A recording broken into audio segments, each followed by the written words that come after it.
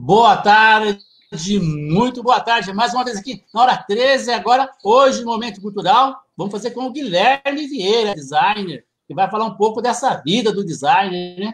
Mas antes de passar a palavra para ele, e vou dizer aqui, o Guilherme Vieira é meu filho. Mas antes de passar a palavra para ele, quero aqui, primeiro divulgar a hora 13 agora, nós estamos fazendo segunda, quarta e sexta. Segunda-feira é o Momento Político. Quarta-feira é o momento da luta social. Sexta-feira, momento cultural. Sábado, hora 13 para as crianças. Domingo, fé e política. Então, amanhã temos a Maria de Jesus e a Natália fazendo contações de história de assombração para a criança. Domingo, movimento fé e política com Flariston e Gilberto falando do direito da criança e adolescente, do Turbo, assessoria da Turbo 3.0, Estatuto do Adolescente. E segunda-feira, vamos estar com Marcolino, Luiz Cláudio Marcolino, ex-deputado federal, vice-presidente da CUT, falando sobre a privatização dos bancos públicos. E lá, né, esse governo que não cuida do povo, mais de 250 mil mortos, né? Infelizmente, ainda não temos vacina para todos, tá certo? Hoje a minha mãe tomou a segunda dose, com 90 anos, né? Graças a Deus. E dizer que já fomos exemplo da vacinação para o mundo, né? Infelizmente, um governo que não se preocupa com a saúde do povo, não se preocupa com suas obrigações, né? Está preocupado em liberar arma, está preocupado em privatizar, vender tudo que nós temos, né? Tirar dinheiro do SUS agora. É que meio ia tirar dinheiro do SUS, da educação, como pode, né? Não é isso. É o desgoverno que é bom para o povo. Muito bem, vamos entrar no nosso momento cultural aqui. Vou passar a palavra para o Guilherme, para ele se apresentar aí e falar um pouquinho dele para quem está nos assistindo. Muito obrigado. Valeu, Guilherme. Bem-vindo. Obrigado, pai, pelo convite, por estar aqui de novo conversando com vocês. Para quem não me conhece, meu nome é Guilherme Vieira, eu sou designer e artista gráfico. Eu tenho um estúdio, né, junto com a Júlia e o Giovanni, um estúdio de design, onde a gente faz trabalhos de identidade visual, projetos editoriais, como livros, catálogos, sites e coisas desse tipo, assim. E junto com os meus irmãos, eu também tenho a Norte, que é um espaço que a gente criou, assim, para desenvolver trabalhos mais de cunho mais autoral, assim, né, e artísticos, assim. E acho que é basicamente isso, assim.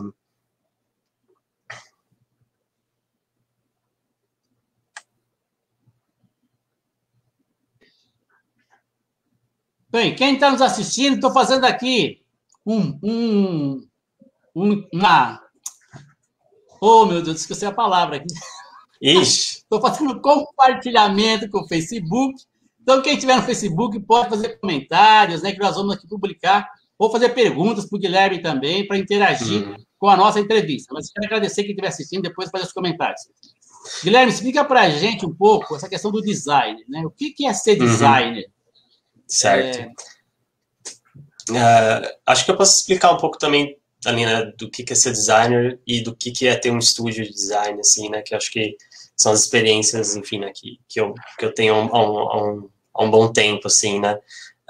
Eu acho que primeiro, assim, né, eu acho que para entender, assim, né, o que é design, eu acho que a gente poderia, enfim, né, partir para explicações que são de cunhos mais, vamos dizer assim, filosóficos, assim, em relação, né, ao que essa profissão faz, assim, mas eu gosto muito de partir, talvez, assim, de resultados, assim, né, então, um designer, geralmente, ele está lidando com comunicação, e, no meu caso, lidando com comunicação, né, visual, assim, né, então, eu elaboro, né, enfim, né, uma identidade visual, que é como uma empresa, né, ou uma instituição, ela se exibe, né, visualmente, assim, né, falando de uma maneira bem sucinta, assim, né, então é criar uma marca, criar, às vezes, um conjunto de grafismo e elementos que essa empresa, né, ou instituição pode utilizar. A gente desenvolve, né, esses projetos, né, que são projetos editoriais, né, que é, tipo, fazer um livro, fazer uma revista, né, fazer um catálogo. Também desenvolve, né, coisas para mídias digitais, né, como um site, às vezes peças para redes sociais, assim. Então, assim, isso é uma maneira, vamos dizer assim, mais objetiva, talvez, né, de dizer, né, o que um designer, né, vai estar trabalhando, assim, e um designer com, em gráfico, né, como talvez seja, né, o meu caso, assim, né. E aí o designer, né, ele enquanto, né, profissional, ele tem muito dois caminhos, assim, né, possíveis, aliás, talvez três caminhos possíveis a se seguir, assim, né, que é ele ser, né, um profissional autônomo, né, e ele trabalhar, né, numa coisa como um freelancer, né, e aí ele vai, enfim, né, ele mesmo, né, gerenciar, né, todas as suas questões de tempo, de demandas de clientes, né, e contato com esses clientes e tal. Existe a possibilidade, né, desse designer, né, enfim, né, também trabalhar, né, como contratado, né, cada vez mais raro, mas existe essa possibilidade, assim, espero que no futuro a gente não fale que existia essa possibilidade, mas enfim, né, acho que eu estou um pouco por fora, assim, mas acredito que ainda existam designers CLT, talvez. Né, então, de ele estar trabalhando, né, dentro de algum estúdio, dentro de alguma agência, né, dentro de alguma, às vezes até dentro de alguma empresa específica, que às vezes, dependendo da dimensão da empresa, ela pode ter, né, seus designers trabalhando internamente ali para desenvolver as coisas das necessidades delas, assim, né, como, sei lá, por exemplo, um grande centro cultural, né, tem seus designers internos, assim. Ó, vou fazer uma pergunta para você. O que você aconselharia hoje um jovem que está aí pensando em ser designer? Que conselho você poderia dar para ele? Eu acho que, para mim, assim, né, acho que, na verdade, eu vou talvez compartilhar um pouco uma coisa que funcionou muito comigo, assim, e que talvez possa funcionar, né, com outras pessoas, assim, mas eu acho que a carreira de design é uma carreira que permite muitos caminhos para se chegar a essa profissão, assim, né, então você pode desde, né, enfim, né, fazer cursos técnicos, fazer cursos mais livres, né, do tipo, sei lá, cursos que são mais ferramentais, você pode, enfim, né, fazer uma faculdade ou não, assim, né, mas uma coisa que sempre, acho que contribuiu muito comigo, assim, foi estar muito atento às coisas que eu consumo, assim, né, porque quem trabalha com design vai estar trabalhando com coisas que vão ser consumidas, né, de alguma maneira, né, e então, tipo, eu sempre fui uma pessoa muito atenta, assim, né? Tipo, quando você tá andando na rua, né? Ficar olhando como, tipo, sei lá, são feitas as comunicações, né? Então, como é a sinalização de uma certa loja, né? Como as pessoas, enfim, né? Tipo, sinalizam as coisas dentro dentro de uma própria feira, né? E isso ir expandindo ao máximo para tudo que você faz, assim, né? Então, quando você vai ver se você tiver a oportunidade, né? De ver uma exposição, né? De frequentar esses lugares, tá sempre olhando, né, como esses lugares se comunicam com você, né. E isso para mim foi tipo uma coisa muito importante, assim, né, porque tudo isso foi, enfim, né, se tornando bagagem para mim cada vez mais entender, né, formas de me comunicar, assim.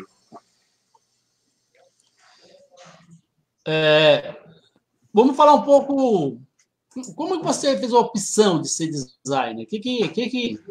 Qual foi a sua trajetória, né, para você chegar Sim. a esse desejo de ser designer?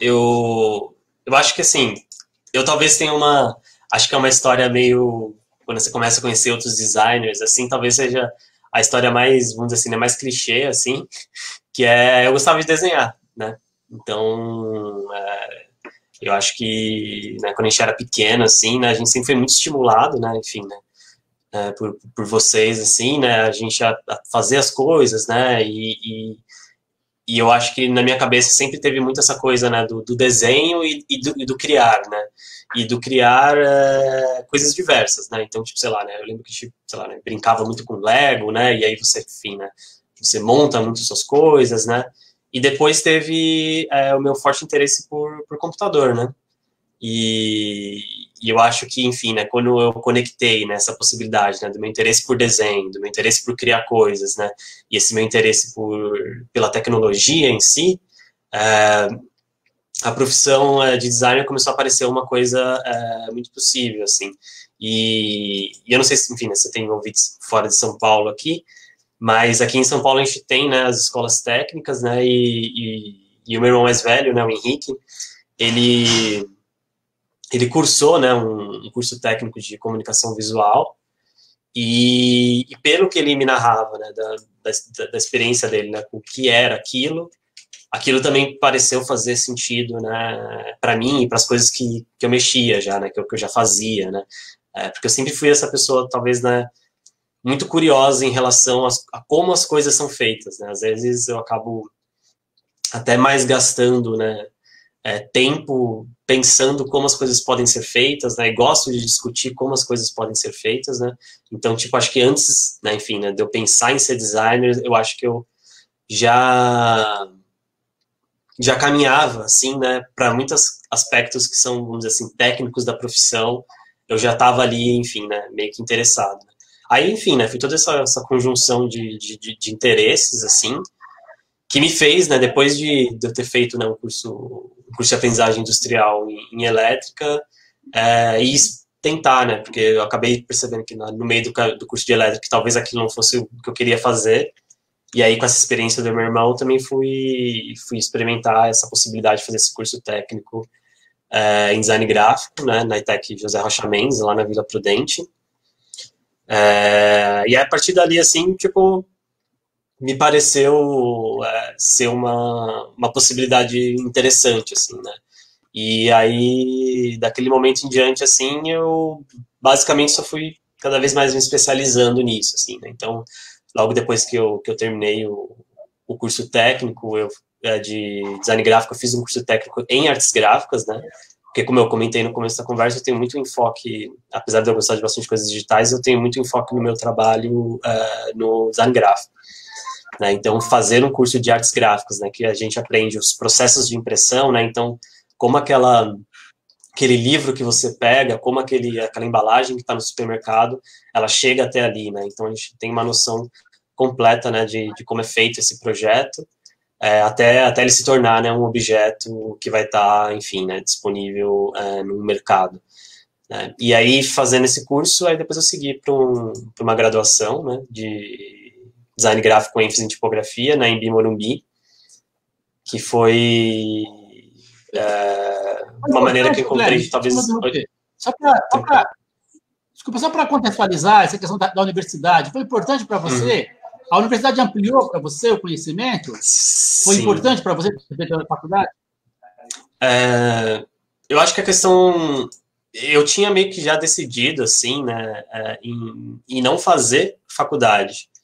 Porque, a princípio, eu não me interessava muito pelas opções que tinham de curso nas universidades particulares que eu teria condição de pagar. E na universidade pública, eu não me interesso, assim, né, eu tenho uma dificuldade muito grande em fazer provas, né, provas escritas e tal, assim. Então, eu tinha uma certa dificuldade de imaginar eu tendo potencial de querer fazer, né, passar por um processo de vestibular, passar por um processo de cursinho e tal.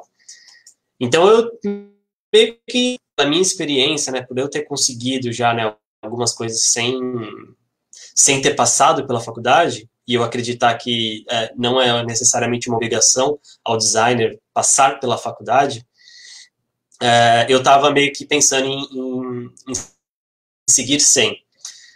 Mas aí apareceu uma oportunidade, né, dentro do Senai, né, que eu participei de uma competição lá dentro, né, que eles organizavam, né, que era uma competição de ensino profissionalizante, e tive um bom desempenho dentro dessa competição, e no final, assim, todos os processos que eu passei lá dentro, eles me deram essa oportunidade, né, de trabalhar no Senai e de ter uma bolsa, né.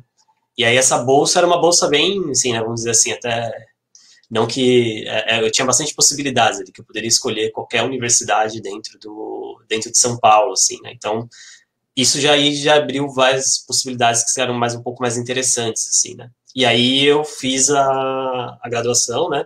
E aí nesse caso, né, eu busquei uma graduação que que ela dialogava com algumas coisas que eu não tinha muito conhecimento, assim, né? Então, eu acho que é muito importante, né, quando a gente pensa numa graduação, a gente também pensar essa possibilidade do que essa graduação vai trazer para a gente, assim, e isso exige uma certa maturidade, né?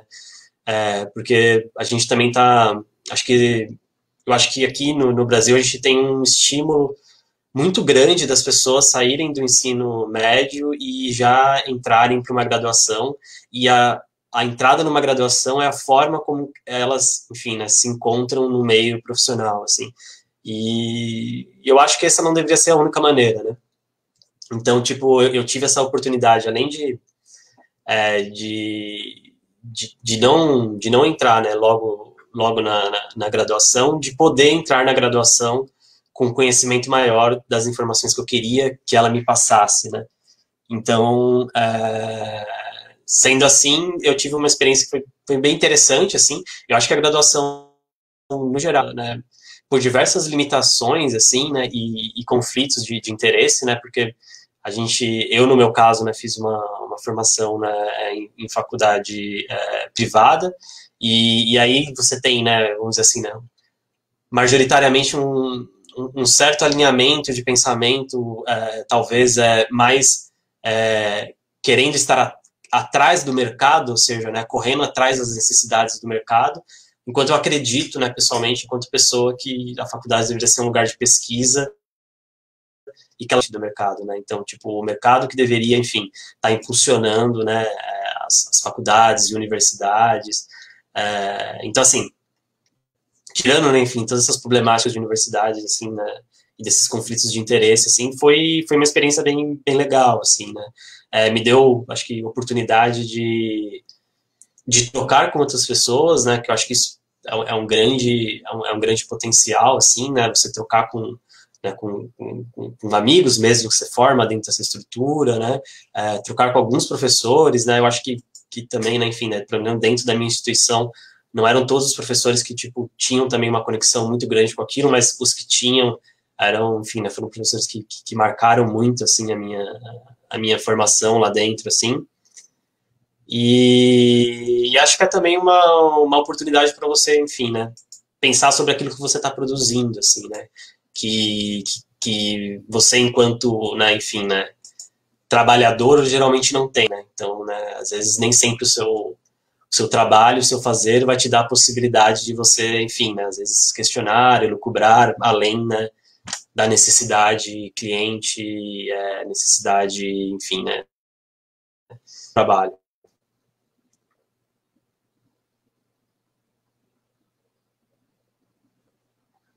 Eu não estou te ouvindo, acho que eu perdi seu som.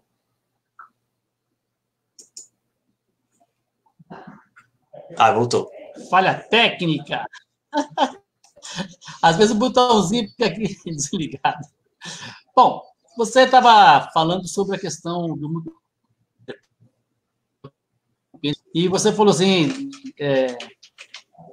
não sei se vai estar existindo carteira assinada de design gráfico. Fala um pouco desse universo do mundo do trabalho, esse universo do design no mundo do trabalho. Dificuldades, né, que você está enfrentando, a forma de se organizar para isso, porque acho que você não é contratado, você é um empreendedor, né? Então, como é que você lidar com esse mundo do mundo do trabalho, né? De se organizar em torno disso?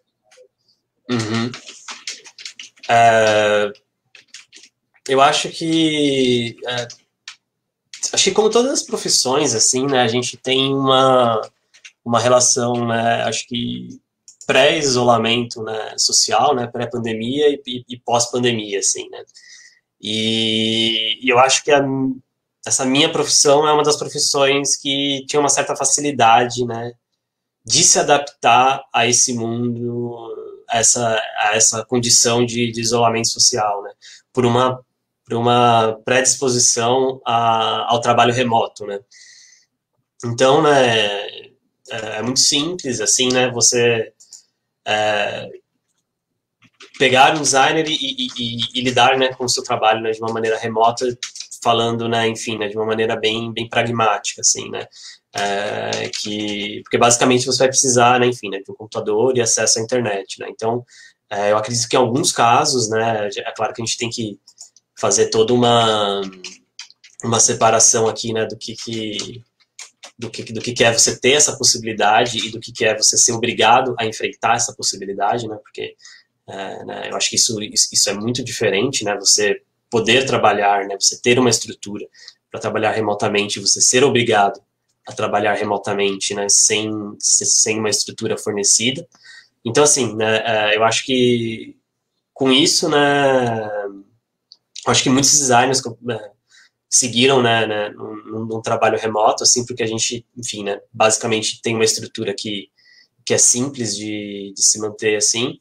E aí, na minha experiência, né, enfim, né, enquanto empreendedor, foi o caminho que a gente seguiu, né, a gente, né, como eu comentei, né, eu tenho um estúdio, né, junto com a Júlia e o Giovanni, e a gente tinha, né, a gente tem ainda, né, um espaço físico no centro de São Paulo,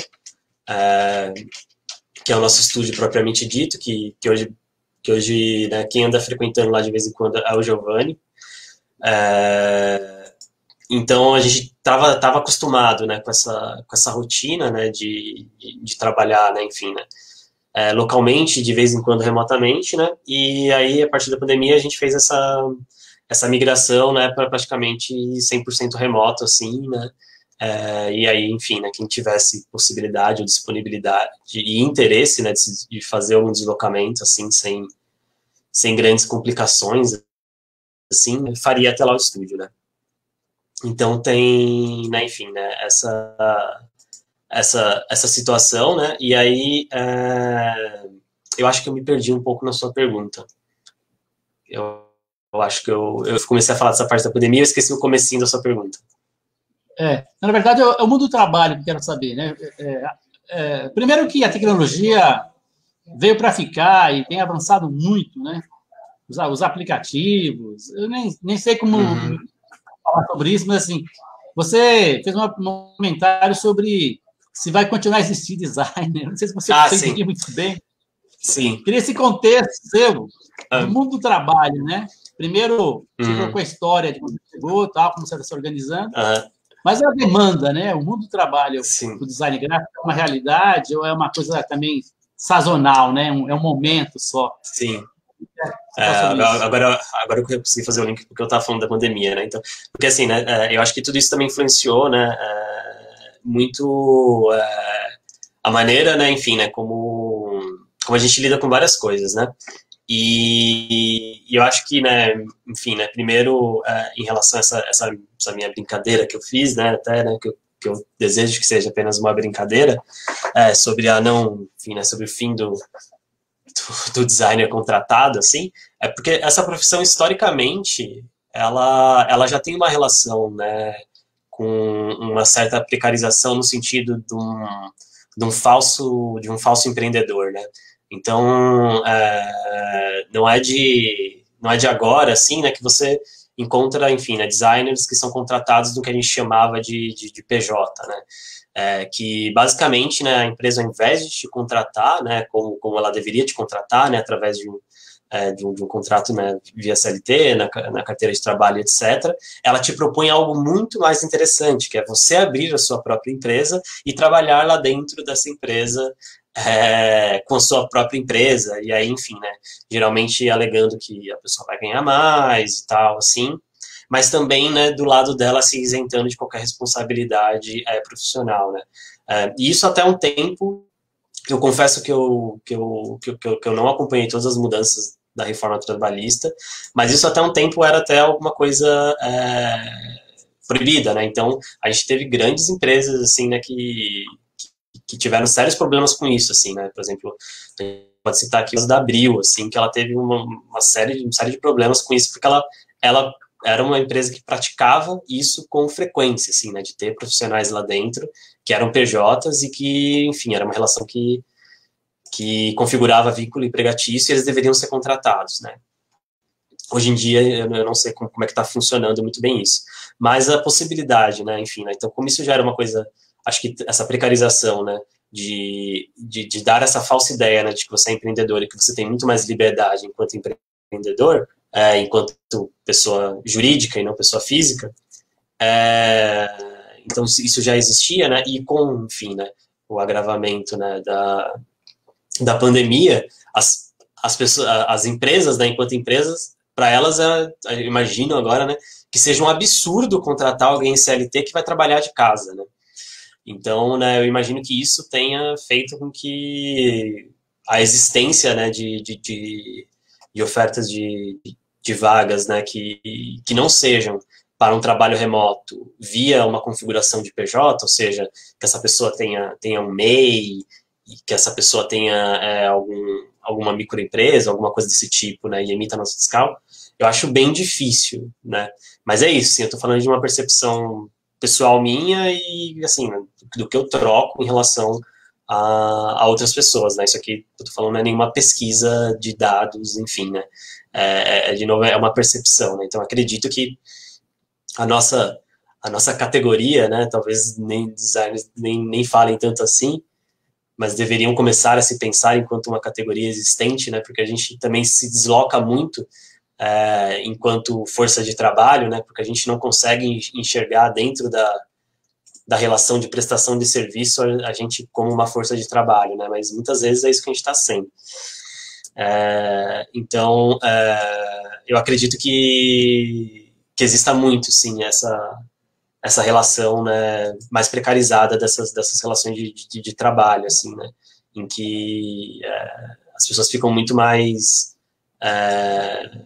à mercê de condições, né, que são impostas a ela. Legal, legal. Vou perguntar uma coisa do dia a dia para você aí. O design, eu falei da sazonalidade da profissão, né? Sim. Mas existe uma sazonalidade também de trabalho, por exemplo, no Brasil fala assim que a vida começa depois do carnaval. Sim. Como é que é isso, do mundo do trabalho? Né? Tem um período de baixa, tem um período de alta, você consegue trabalhar 8 horas por dia, é isso para você? Uhum. Tá. Então, primeiro em relação tipo, à demanda de trabalho e depois, né, essa coisa de organização. Assim, né? Em relação à demanda, eu acho que a gente tem uma demanda alinhada com o que acontece dentro dos estímulos, né, de consumo das pessoas, né? Então, dentro, né, enfim, né, acho que, né, dentro de um contexto Brasil, né, eu acho que essa realidade, né, do tipo, começo do ano é um momento em que está todo mundo só, tipo, devagarzinho, pensando o que vai acontecer e a gente começa a funcionar realmente lá para depois do carnaval, é alguma coisa que realmente também influencia nas demandas, assim, né? Então, é bem comum, assim, né, isso conversando com diversos profissionais, assim, terem momentos em que esses trabalhos, né, reduzem e depois esses trabalhos aumentam, assim, né? E eu acho que talvez isso seja dentro de uma rotina de qualquer empresa, assim, né? Eu acho que e aliás isso, enfim, né, talvez seja uma preocupação, né, de você enquanto empresa e você enquanto também, né, profissional autônomo ou empreendedor, que independente do que você tiver, você vai ter variação de demanda, né, porque acho que isso é meio natural de acontecer, assim, né. Então, parte, né, de um planejamento, né, estratégico você saber lidar com essas demandas, né, e algo que até que, enfim, né, quando eu comentei, né, sobre essa precarização, assim, né, da profissão, não é algo que é comentado, né, quando você entra, né, como um funcionário, né, PJ, assim, né, você não está, né, num regime de entender demandas, né, porque a sua demanda se torna exata, né, então, enfim, essa variação de demandas, ela existe de fato, assim, e aí a primeira coisa que você tem que pensar, né, sabendo que isso existe, é ter uma organização para que isso não te afete e saber o que você vai fazer nessas demandas, né? Então, quando a demanda é baixa, isso não significa que o seu trabalho não existe, né? Então, tipo, o que você pode estar fazendo, né, enquanto essa demanda está baixa, né? Então, dentro da carreira, né, de designer é muito comum, né, as pessoas aproveitarem esses momentos de baixa demanda para, sei lá, atualizar seu portfólio, né, que é onde você vai exibir seus trabalhos, né? Às vezes desenvolver algum trabalho de iniciativa própria do estúdio ou da pessoa e tal. E às vezes até, enfim, também aproveitar isso para, tipo, fazer pesquisas e etc.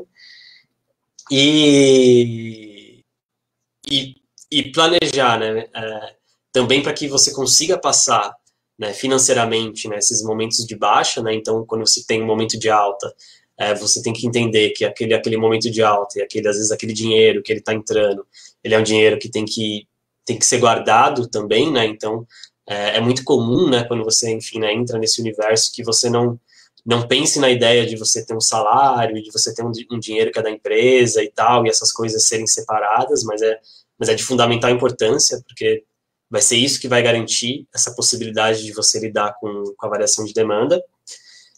E aí ter essa maturidade de saber lidar com a demanda alta, assim. E isso de lidar com a demanda alta é muito complicado, assim, né? Eu acho que não existe ainda, né, uma única resposta. Eu acho que cada vez mais a gente é exigido e imposto, né, uma demanda cada vez mais absurda e incessante, assim, né, de produção e de desenvolvimento, que não é muito compatível. Então, existe muito, né, uma coisa que você tentar ao máximo também se impor em relação a essa demanda, né? Então, não basta, né, enfim, né, você conseguir, né, atender, né, a essas demandas e os seus prazos, né, dentro dos desejos do cliente, mas também dentro dos desejos do cliente e do mercado, que eu acho que é importante também, né, enfim,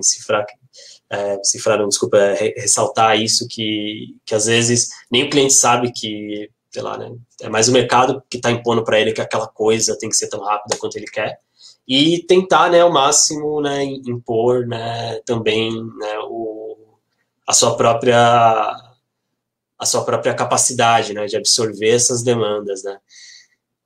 Então, tipo, isso é uma equação bem, bem difícil de lidar, assim, e é uma equação que, tipo, a gente tem que ter uma maturidade, tem que ter um pré-conhecimento, assim, até pessoal, assim, né, para saber, né, enfim, né, tipo, quanto você trabalha, quanto você rende, etc., para poder organizar. Ô, Guilherme, vou fazer uma pergunta para você. Eu comecei falando aqui do governo federal, né, esse governo genocida. Para você, houve implicações aí econômicas aí na economia aí, de demanda de trabalho, ou não? A gente tinha, né, ano passado, assim, né, a gente tinha feito já, né, alguns trabalhos para instituições, né, culturais, assim, né, então a gente, na verdade, sente essas, vamos dizer assim, né, esses ataques, né, a essa área cultural já de um tempo, assim, né, então esse governo, ele com certeza, né, ele influencia muito o nosso trabalho, assim, né, então a gente esquece muito, né, que quando a gente pensa, né, eu acho que a gente tem um pensamento, às vezes, muito fechado, né, em relação à rede que é movimentada ao você pensar cultura, né, além da cultura, né, enfim, né, ser algo que é de extrema importância, né, para a vivência coletiva, né, você ter a oportunidade, acesso a espaços de cultura, todos esses espaços, eles também movimentam a economia, né, e movimentam as pessoas, né, então é engraçado, assim, que a gente tem uma noção, por exemplo, foi uma noção muito clara que foi imposta, né, por esse governo e por as pessoas, que o comércio de portas fechadas, ele agrava a economia, né? Mas ninguém, enfim, né, tipo, entende, né, que quando você também, sei lá, né, impede a existência, né, de de uma exposição, de um show, a existência de que artistas estejam produzindo as suas artes, você está impedindo também que uma indústria se locomova e produza economicamente, né? Então, tipo, no meu caso, assim, né? Quando existe uma exposição, quem está se movimentando ali, né, enfim, né, economicamente, né? Tem a instituição que está organizando aquela exposição. Essa instituição, ela vai contratar uma série de pessoas, né, que vão gerenciar a execução daquela exposição e que vão lidar depois com uma outra série de pessoas que vão estar executando essas demandas que essa gerência, né, enfim, que essa organização está fazendo, né, e aí a gente vai, enfim, né, cada vez mais chegando em outras pessoas, em outras pessoas, em outras pessoas. Então, assim,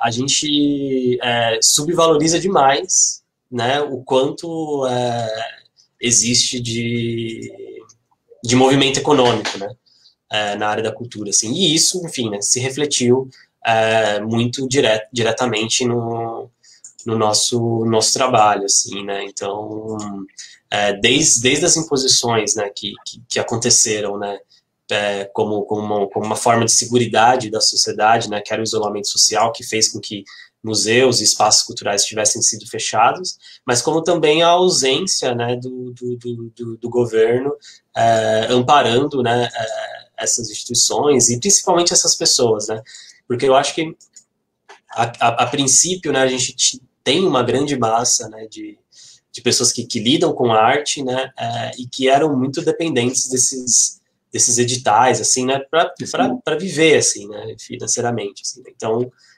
sim, com certeza teve um impacto muito grande, assim. Guilherme, estamos aqui há 37 minutos de uma conversa muito boa, mas, infelizmente, vamos ter que terminar. E aí, quero convidar todos para amanhã, às 13h30, a hora 13 para crianças. Vamos debater fé e política com o meu querido Ariston e Gilberto Lima. E na segunda-feira, vamos falar sobre a privatização dos bancos do Brasil, Caixa Econômica Federal e mais privatizações que o governo está fazendo, com o Luiz Cláudio Marcolino. Para nossas considerações finais, Guilherme, fique à vontade para falar o que você quiser, divulgar o seu trabalho, seu contato também. Fique à vontade. Muito obrigado pela participação aqui na... Obrigado. Bem, eu sempre esqueço de divulgar esses contatos, sim, mas para quem quiser conhecer, né, mais esse meu trabalho de designer, o que um designer faz, etc., acho que dar uma entrada no site do meu estúdio pode ser um caminho legal. O site é www.estudiodao.com. E lá você vai poder ver, né, enfim, né, esses trabalhos que a gente desenvolve e entender, enfim, né, o que um designer, vamos dizer assim, né, faz, né. E, enfim, agradeço também essa possibilidade de conversar e poder tá dialogando, né, sobre o que é essa profissão e também sobre essas dores, né, da profissão, que nem sempre a gente tem, né, um espaço ou uma possibilidade, né, para conversar, né. Então, foi muito bom o papo. Vamos aqui encerrando aqui a nossa hora 13. Agora, Guilherme, muito obrigado. Um grande abraço. Muita paz. Obrigado. No seu coração. Obrigado aqui ao Lúcio, que entrou, fez um comentário aí, quem está assistindo. Pessoal, vai também no Facebook, se inscreve no nosso canal lá. Nós estamos migrando do Facebook para o YouTube. Vai lá, compartilhe, se inscreva, toque no sininho, tá bom? Valeu! Beijão, Valeu. Boa tarde a todos. Tchau, tchau. Tchau, tchau.